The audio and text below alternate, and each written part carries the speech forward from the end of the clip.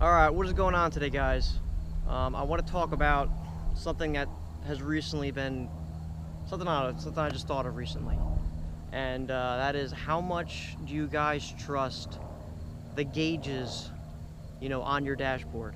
I'm not talking about just Crown Vics. I'm talking about just cars in general, whether it's a brand new 2020 Mustang, whatever, or a 1919 Model T. How well do you trust, the mechanical, or not even mechanical, but just the gauges that you have on your dashboard? Now, some cars obviously have more than others.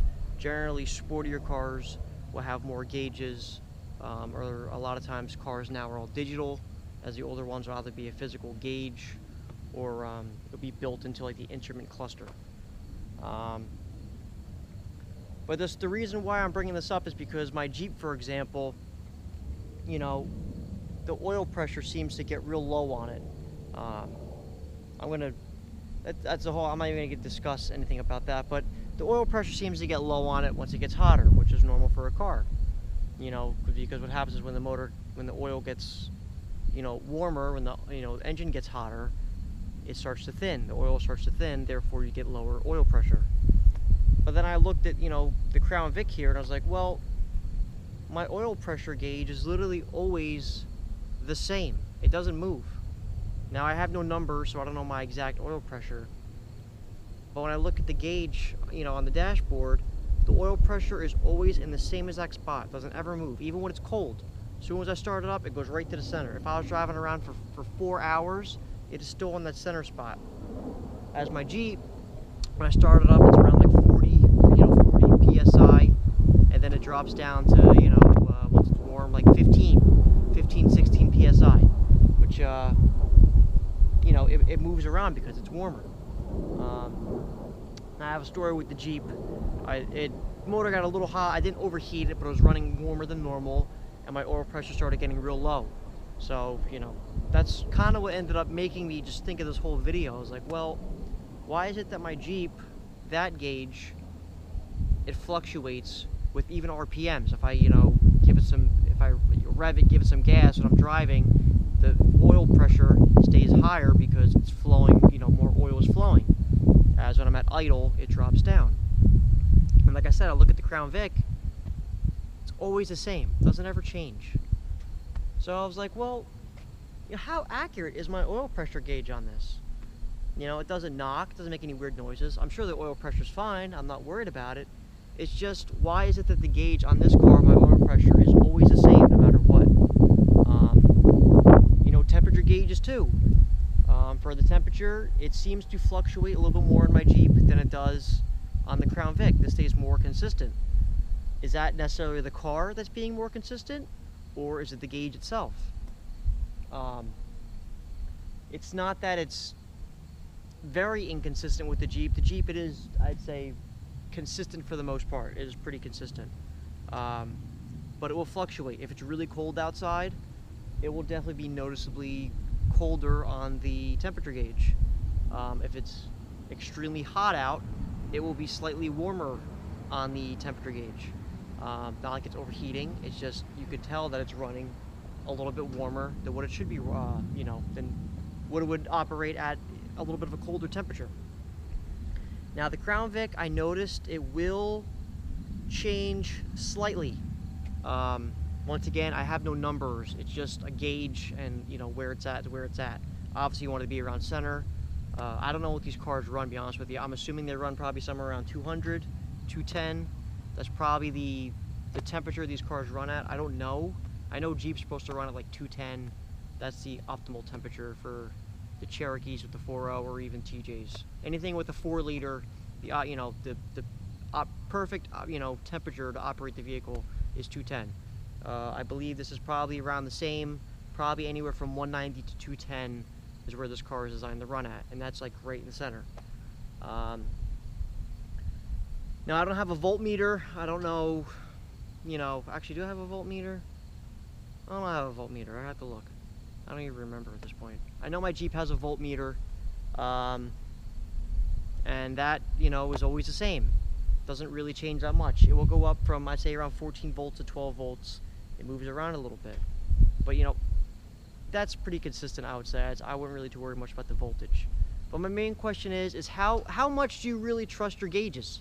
Because why is that one vehicle it fluctuates all over the place, and another vehicle, it stays consistent all the time. It's always the same, like it doesn't even change. So that makes me believe, is my Crown Vic inaccurate? Am I getting proper, improper readings with my Crown Vic? Is it not really giving me proper, measurement of oil pressure and my coolant temperature? Or is my Jeep the one that doesn't give me proper, coolant temperature or anything like that? The only way I guess I could really find out is if I actually hooked up a physical mechanical gauge, which some people do. I have a friend that has a Mustang, and he has he has like a temperature gauge like I have, or just a mechanical one, and it goes left and right, and where your temperature is, where it's at. But he actually has a physical mechanical gauge hooked up, and he gets the exact precise, coolant level, or not coolant level, coolant temperature that it's running at. And what he had done is he runs a tune on his car. It's not supercharged, it's not turbo, nothing like that, but he runs a tune. He gets a little extra horsepower and torque from it. And when he went back to the stock tune, because he had to go through emissions. So once he passes emissions, he puts the race tune or street tune, whatever type tunes on. I don't think it's too aggressive, but definitely bumps up the horsepower a little bit. When he went back to the street tune, even though his mechanical gauge on the dash was about where it always sits, maybe a little bit lower than usual, when he looked at the mechanical gauge, he noticed that his engine was running a lot warmer than it was when he had the tune on. The tune keeps it cooler. The factory tune, his car actually runs a little bit warmer. So there's another instance right there where on the gauge on the dashboard it shows, it's just about even right in the center, right where it should be. With the actual mechanical gauge, he was having like a 20-degree difference. I think it was roughly around. I think it was around like a 20-degree difference, which could be quite a bit.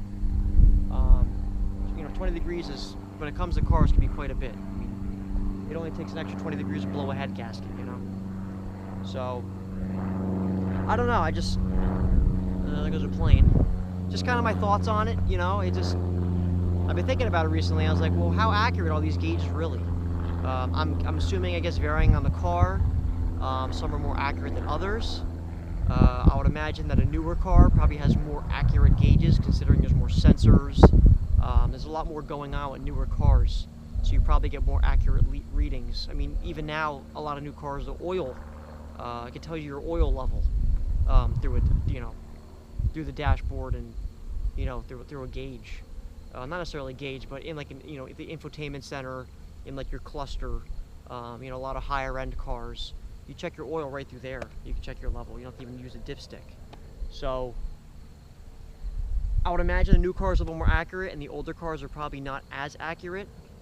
But it is something that you should rely on, because I mean, if you think about it, if you're in a situation that your coolant shows like it's fine, you're having no issues, and then all of a sudden, boom, you blow a radiator hose or something, and there's smoke everywhere because you overheated it.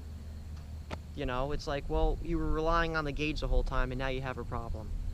Oh, I forget what it was. I know there's a situation I read about one time online that I think it was on a Ford. Was it a diesel pickup truck?